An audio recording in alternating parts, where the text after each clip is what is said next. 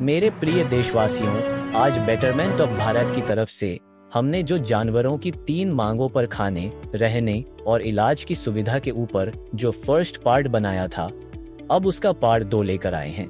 ये वीडियो हमें इसलिए बनानी पड़ रही है क्योंकि जो हम चाहते थे कि जानवरों की 3 मांगों को हमारे देश की मोदी सरकार तक आप लोग पहुंचाएंगे, वो आप लोग न कर सके।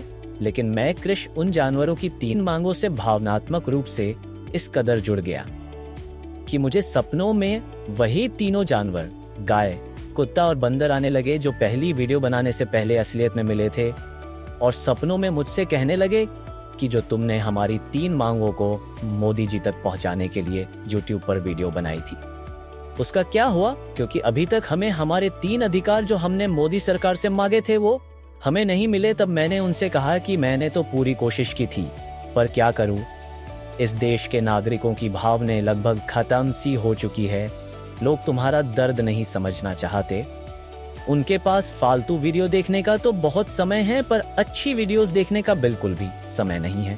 और इतना कहते सुबह हो गई और मेरा सपना टूट गया। उसी दिन मुझे काम से कहीं जाना था। जब मैं रास्ते से जा रहा था तो आप सब लोग जानकर हैरान होंगे, वो तीनों जानवर जो मुझे पहली वीडियो में दिखे थे वो आज दोबारा से दिखे, और ठीक उसी जगह पे, जिस जगह पे पर पहली बार दिखे थे। मैं एकदम से हैरान सा हो गया। बिल्कुल ऐसा लग रहा था जैसे रात का देखा सपना सच हो रहा हो। बिल्कुल वही तीनों जानवर थे जो मुझे सपने में दिखे थे। मैंने उन तीनों के नाम रख दिए।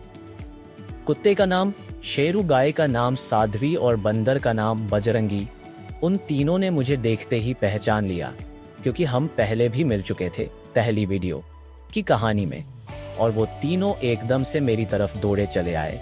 हम एक दूसरे को देखकर बहुत खुश हुए और एक दूसरे के हाल चाल पूछने लगे, और ऐसी बात करते करते उन्होंने आखिरकार वो प्रश्न पूछ ही लिया जिसका मुझे डर था। वो था कि जो तुमने हमारे लिए भारत की मोदी सरकार से जो 3 मांगे मांगी थी उसका क्या हुआ। मैं एकदम से उदास हो गया और मैंने उनको बताया मैंने तो अपनी तरफ से पूरी कोशिश की थी, पर क्या करूं, आजकल के लोग हंसी मजाक और ऐसी वीडियोस को देखना बहुत पसंद करते हैं जिससे उन्हें कुछ नया सीखने को नहीं मिलता, ना ही उनका उससे कुछ फायदा होता है। पर वो ऐसी वीडियोस देखना पसंद नहीं करते जिससे उन्हें कुछ नया सीखने को मिले या उनके वो वीडियोस देखने से किसी का भला हो सके। आजकल के अधिकतर लोगों की भावनाएं मर सी गई है। उनसे बातें करते हुए मैंने देखा कि आज भी ये तीनों बेचारे कूड़े में खाना ढूंढ रहे थे।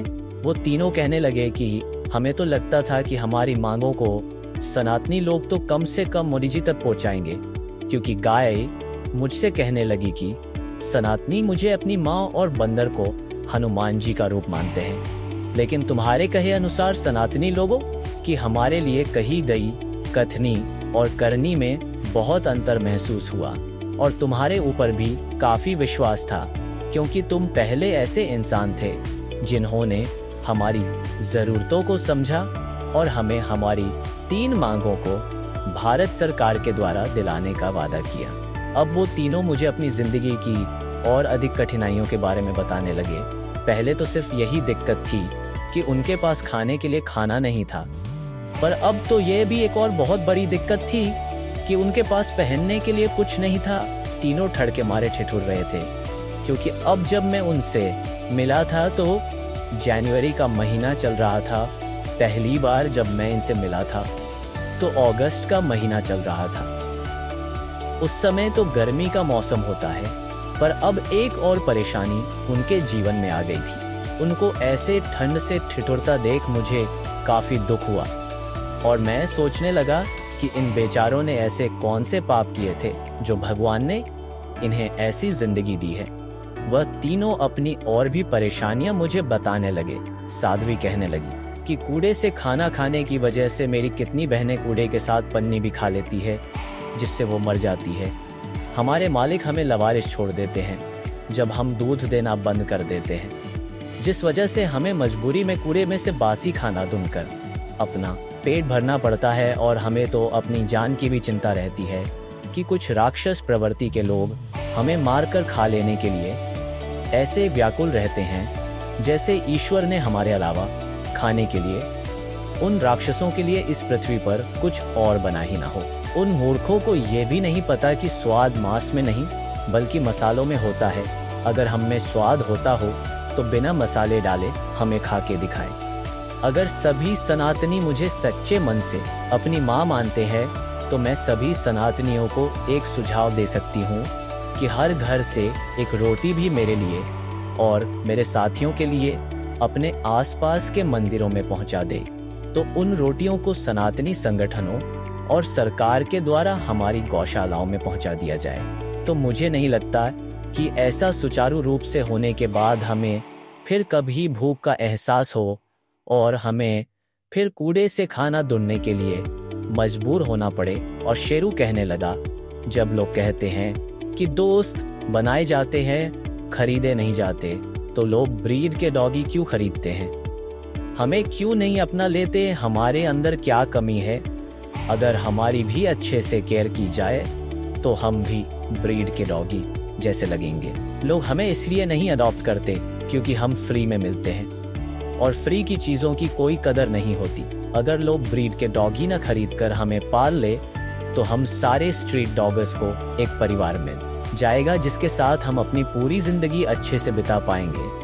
अगर लोग हमें अडॉप्ट करें तो लोगों के कितने पैसे बच जाएंगे और हम भी अपने मालिक से उतना ही प्यार करेंगे जितना यह ब्रीड वेल डॉगी करते हैं। बजरंगी का भी वो ही हाल था जो साध्वी का था, उसे भी मजबूरी में कूड़े में से खाना ढूंढकर अपनी भूख मिटानी पड़ती है।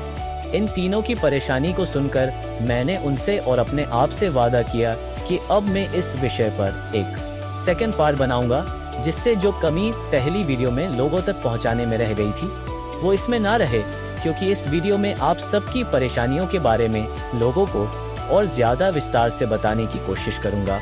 मुझे पूरा विश्वास है और ईश्वर पर पूरा भरोसा है कि ये वीडियो मोदी जी तक इस बार जरूर पहुंचेंगी, क्योंकि मोदी जी भी बस देश का विकास करने में लगे हुए हैं। इन जानवरों के विकास के लिए भी कुछ न कुछ होना जरूरी है।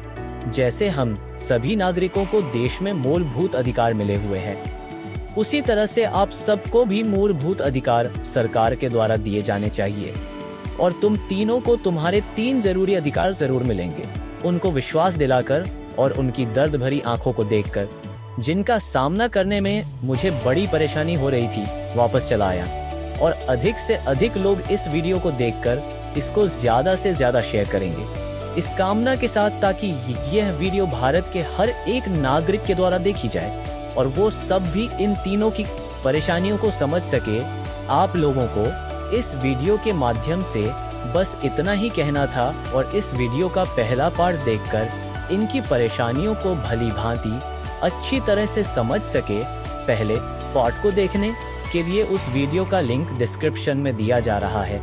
अगर वीडियो अच्छी लगे तो वीडियो को लाइक करना और ऐसे भावुक मुद्दों को देखने के लिए हमारे चैनल बेटरमेंट ऑफ भारत को सब्सक्राइब करें। जय हिंद, जय भारत।